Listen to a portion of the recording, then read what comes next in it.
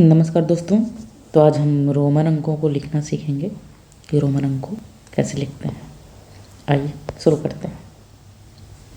ये कुछ रोमन अंक हमने लिख रखे हैं, जैसे कि इन सब संख्याओं को आप पहचानते ही हैं, आमतौर पे देखते हैं। तो अभी तो फिलहाल संकेत देख लीजिए। एक को रोमन अंक के संकेत के रूप में ऐसे लिखते हैं, दो को ऐसे, तीन को ऐसे लिखते हैं, चार को ऐसे लिखते हैं, पाँच को ऐसे लिखते हैं, छः को ऐसे लिखते हैं, सात को ऐसे लिखते हैं। ये 8 हो गया, ये 9 का हो गया, ये 10, ये 20, 30, 50, ये 100 का हो गया, ये 500 का और ये 1000 का हो गया। इधर मैं लिख के बता देता हूँ फिर से। एक को रोमन अंक में ऐसे लिखते हैं, दो को ऐसे लिखते हैं, तीन को, ये रोमन संकेत हो गया 3 का, 4 का रोमन संकेत ये हो गया, 5 का ये हो गया, 6 का ये हो गया, 7 का ये हो गया, 8 का ये रोमन संकेत हो गया, 9 का ये हो गया, 10 का ये हो गया, ये 20 का हो गया दोस्तों, ये 30 का हो गया, और ये 50 का हो गया, और ये 100 का हो गया, और ये 500 का हो गया, और ये 1000 का रोमन संकेत हो गया। ठीक दोस्तों, अब रोमन की जो प्रणाली होती है उसकी हम विशेषताएं सीखेंगे कि विशेषताएं क्या होती हैं, जो कि हमने पहले से नोट डाउन कर दिया है, जैसे कि कम टाइम में वीडियो बने। इसको बहुत आसानी से हम समझ सकते हैं। देखिए आप, जो पहली प्रणाली होती है, जो पहली विशेषता होती है रोमन प्रणाली की, वो ये होती है। ये दोस्तों देखिए, हम ऊपर पढ़ चुके हैं। ये किसका संकेत है, एक बार आप देख लीजिए। ये देखिए, ये 1 का संकेत है। ये किसका संकेत है, यहाँ पे आ गया। ये 10 का संकेत है। और ये किसका संकेत है, 100 का। और ये किसका संकेत है, 1000 का। तो 1, 10, 100 तथा 1000 संकेत अधिक से अधिक 3 बार लगातार लिखे जा सकते हैं तथा इस स्थिति में उनका मान उनके योगफल के बराबर होता है दोस्तों। जैसे कि इसने क्या बोला है, 1, 10, 100 और 1000, यानी कि संकेत अधिक से अधिक 3 बार लगातार लिखे जा सकते हैं। इनको हम मैक्सिमम, जैसे मान लीजिए दोस्तों ये सी है, तो सी को हम लगातार कितने बार लिख सकते हैं, 3 बार लिख सकते हैं। और इस स्थिति में इसका मान उनके योगफल के बराबर होता है। तो देखिए दोस्तों, सी किसका मान था, 100 का। ये सी, ये भी 100 का, ये सी, ये भी 100 का, और तीनों का योगफल के बराबर इसका मान होता है। तो टोटल अगर 3 बार सी लिख देंगे तो आप 300 हो जाएगा। यहाँ पे लिखा भी गया है, देखिए, एक को अगर लगातार हम 3 बार लिख देंगे तो इसका मान इसको और इसको और इसका योगफल के बराबर हो गया।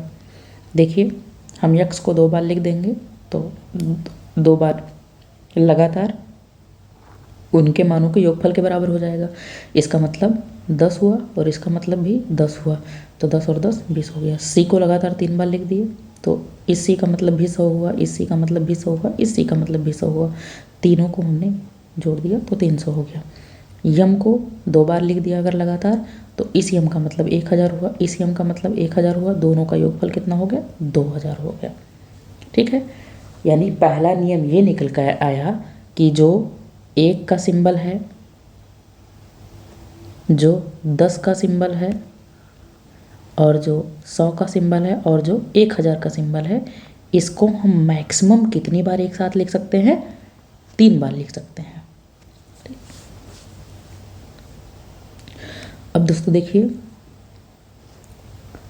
दूसरा नियम।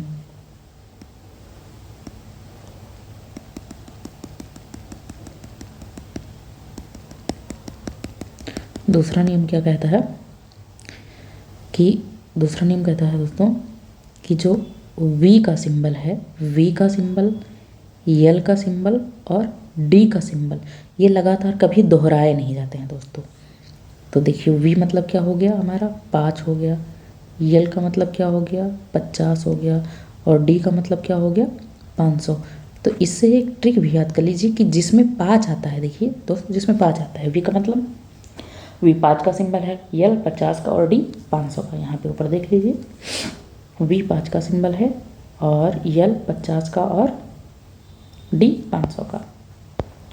तो दोस्तों जो वी और यल डी है ये संकेत लगातार दोहराए नहीं जा सकते। जैसे हम 2 बार यल नहीं लिख सकते, 2 बार वी नहीं लिख सकते हैं, 2 बार डी नहीं लिख सकते हैं, ये हमारा गलत हो जाएगा।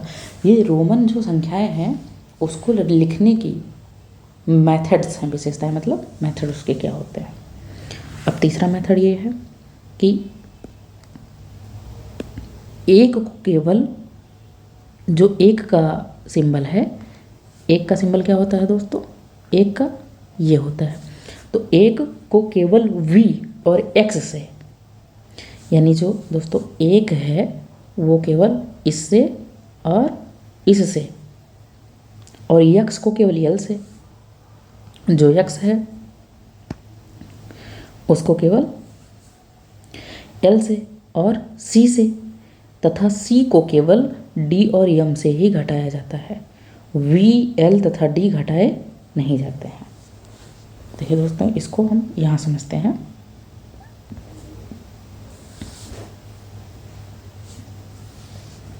क्या कह रहा है, फिर से देखिए अब।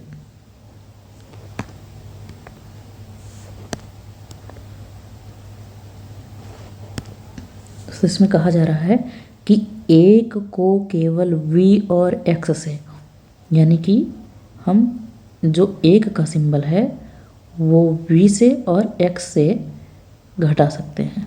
इसको भी आगे मेथड बताते हैं कैसे घटाया जाता है। और x को केवल l और c से, जो x है दोस्तों वो l से यानी 50 से और c मतलब 100 से केवल घटा सकते हैं। c को केवल तथा c को केवल d और m से ही घटाया जाता है। जो c है दोस्तों उसको केवल हम d से और m से घटा सकते हैं। ठीक है दोस्तों, यानी 500 से और 1000 से। और एक बात बताई गई है कि v, l तथा d घटाए नहीं जाते हैं, तो इसको कभी घटाया नहीं जाएगा। ठीक, यदि कोई छोटा संकेत किसी, अब यहाँ पे एक घटाने और जोड़ने वाला रूल लिखा गया है, जो इसमें बताया गया है उसका रूल यहाँ समझाया गया है चौथे पॉइंट में, कि यदि कोई छोटा संकेत किसी बड़े संकेत के बाईं ओर लिखा हो तो बड़े संकेत से छोटे संकेत का मान घटाकर संख्या प्राप्त की जाती है। जैसे तो देखिए ये x और c लिखा है दोस्तों, तो इसमें बड़ा संकेत कौन सा है, c बड़ा संकेत है और x छोटा संकेत है। तो x देखिए किस तरफ दोस्तों लिखा है, x जो है बाईं तरफ लिखा है। तो बड़ा संकेत को आपको देखना है कि बड़े संकेत के दाईं तरफ छोटा संकेत लिखा है कि बाईं तरफ। तो देखिए ये बड़ा संकेत c है दोस्तों, बड़ा संकेत क्या है हमारा, c है। एक बार फिर से यहाँ पे देखिए, ये देखिए दोस्तों ये जो बड़ा संकेत हमारा है यहाँ पे ये c है और छोटा संकेत c के बाईं तरफ लिखा है। तो अगर छोटा संकेत बड़े संकेत के बाईं तरफ लिखा है तो उस संकेत को उसमें से घटा देते हैं। तो देखिए c में से हम इस वाले संकेत को घटाएंगे तो c का मान कितना होता है, 100 होता है, और x का संकेत का मान कितना होता है, 10। तो 100 में से 10 घटाओगे तो 90 आ जाएगा। अब देखिए यहाँ पे दोस्तों ये c और d लिखा है। d संकेत बड़ा होता है c से, d का मतलब 500 होता है और c का मतलब 100 होता है। अब देखिए बड़े संकेत के बाईं ओर छोटा संकेत लिखा है तो तभी घटाएंगे, तो d में से 100 घटाएंगे, यानी 500 में से 100 घटा देंगे तो 400। अब दोस्तों अब इसी का जस्ट उल्टा पांचवा दिया गया है नियम कि यदि कोई छोटा संकेत किसी बड़े संकेत के दाईं ओर लिखा है, अभी हमने बाईं ओर देखा, अब दाईं ओर लिखा है, तो बड़े संकेत में छोटे संकेत का मान जोड़ दिया जाता है। दोस्तों अगर बाईं तरफ लिखा है तो घटा दिया जाता है, अगर दाईं तरफ लिखा है छोटा संकेत तो उस संकेत को जोड़ दिया जाता है। जैसे देखिए दोस्तों ये लिखा है, ये लिखा है x, तो x बड़ा संकेत है और ये देखिए 2 बार 1 लिखा है, तो 2 बार 1 का मतलब ये 2 का संकेत है।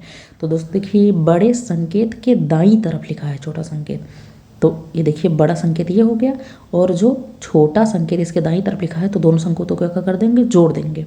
तो 1 और 1, तो 10 में 1 और 1 को जोड़ेंगे तो 12 हो जाएगा दोस्तों। ये देखिए यम डी लिखा है दोस्तों, तो यम का मतलब होता है दोस्तों 1000 और डी का मतलब दोस्तों होता है 500। तो देखिए ये m बड़ा संकेत हुआ कि नहीं हुआ भाई। दोनों में अगर कोई पूछे बड़ा संकेत कौन सा है तो आप बताइएगा कि m का बड़ा संकेत है। और d किधर लिखा है, m के दाईं तरफ लिखा है। तो d जब m के दाईं तरफ लिखा है और d छोटा संकेत है, तो अगर छोटा संकेत बड़े संकेत के दाईं तरफ लिखा है तो छोटा वाला जोड़ दिया जाता है।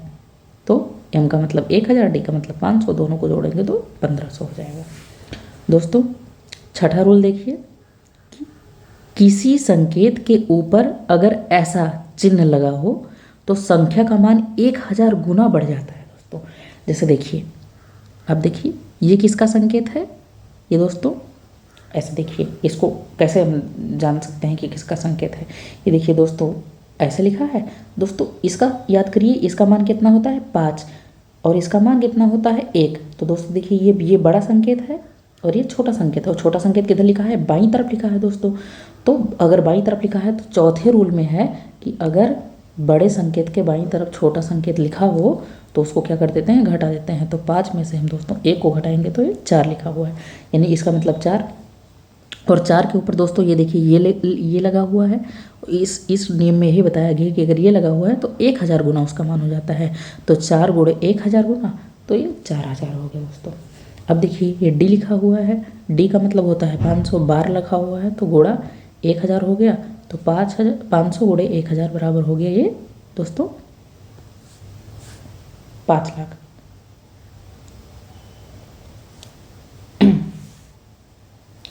अब दोस्तों उदाहरण है, इधर लिखना सकते हैं हम। ये देखिए दोस्तों, पहला है 90। अब दोस्तों देखिए 90, तो अब इधर देखिए दोस्तों, अगर मैं इसको यल लिख दूँ तो यल का मतलब दोस्तों क्या हुआ, 50 हुआ, ठीक। और दोस्तों इसमें अब 40 लिखना है। तो दोस्तों अगर मैं x x x x इधर लिख दूँ तो इसका मतलब तो 10 होता है सबका मतलब दोस्तों। तो l से तो छोटा ही है सब, तो और दाईं तरफ लिखा है दोस्तों।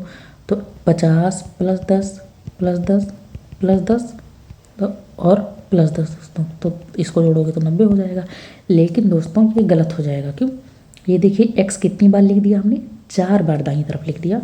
और दोस्तों नियम में क्या बताया गया है कि I, X, C तथा M संकेत अधिक से अधिक 3 बार लगातार लिखे जा सकते हैं, 4 बार तो लिखे नहीं जा सकते, इसलिए ये नियम गलत है। दोस्तों देखिए, तो हमने डायरेक्ट C लिख दिया दोस्तों। C का मतलब क्या हो गया दोस्तों, 100। और दोस्तों X को हमने लिख दिया इधर बाईं तरफ, तो C का मतलब 100 हो गया दोस्तों, और X का मतलब 10 हो गया, और बाईं तरफ है तो घट जाएगा, तो 100 में से 10 को घटाओ तो 90 हो गया दोस्तों। यानी कि हम 90 को लिख सकते हैं ऐसे सिंबल से। दूसरा देखते हैं दोस्तों, 60 को कैसे लिखेंगे, सिंपल सी बात है, ये हो गया दोस्तों 50 और इसमें 10 जोड़ दीजिए तो ये 60 हो गया। तीसरा देखते हैं, 69 लिखा है दोस्तों। 69 का मतलब क्या हुआ दोस्तों, देखिए यहाँ पे हमने 50 लिख दिया दोस्तों, ये 50 हो गया, फिर हमने 10 लिख दिया दोस्तों, अभी ये दोनों जोड़ोगे तो 60 हो जाएगा। अब इसमें 9 और जोड़ना है दोस्तों, तो ये 10 हो गया और 10 में से 1 घटा दिया हमने दोस्तों, तो ये 9 हो गया। ये टोटल कितना हो गया, 9 हो गया। और अभी टोटल कितना हो गया, ये 69 हो गया, ठीक है दोस्तों। तो ये आप 69 ऐसा लिख सकते हो। देखिए 2 ही बार x है तो इसमें कोई गड़बड़ी नहीं है। अब हम दोस्तों अगला देखते हैं 98। तो ये 100 के करीब है दोस्तों, इसलिए हम C ले देंगे। अब दोस्तों आपको पता है कि हम कभी इसको नहीं घटाते हैं। ये देखिए रोल नंबर 3 में लिखा है दोस्तों, 3 में कि देखिए A को केवल हम V और X से ही घटा सकते हैं, V और X से घटा सकते हैं, और X को केवल L और सी में घटा सकते हैं। तो देखिए, तो यानी कि सी में इसको तो घटा नहीं सकते हैं, इसमें सी में केवल क्या घटा सकते हैं, एक्स को घटा सकते हैं दोस्तों। तो ये 100 में से 10 गया, ये 90 हो गया दोस्तों हमें। अभी इसमें 8 हमें चाहिए, तो 8 तो हम आराम से जोड़ ही सकते हैं, ये 8 का सिंबल है दोस्तों। तो हम, ये हो गया आपका 98। ऐसे आप सारे केवल और केवल इन 6 नियमों के आधार पे, ये जो ऊपर दोस्तों 6 नियम बताए गए हैं, ऊपर इन 6 नियमों के आधार पे आप पूरी रोमन संख्याएं लिख सकते हैं, चाहे जितना तक। थैंक यू, मिलेंगे अगली वीडियो में।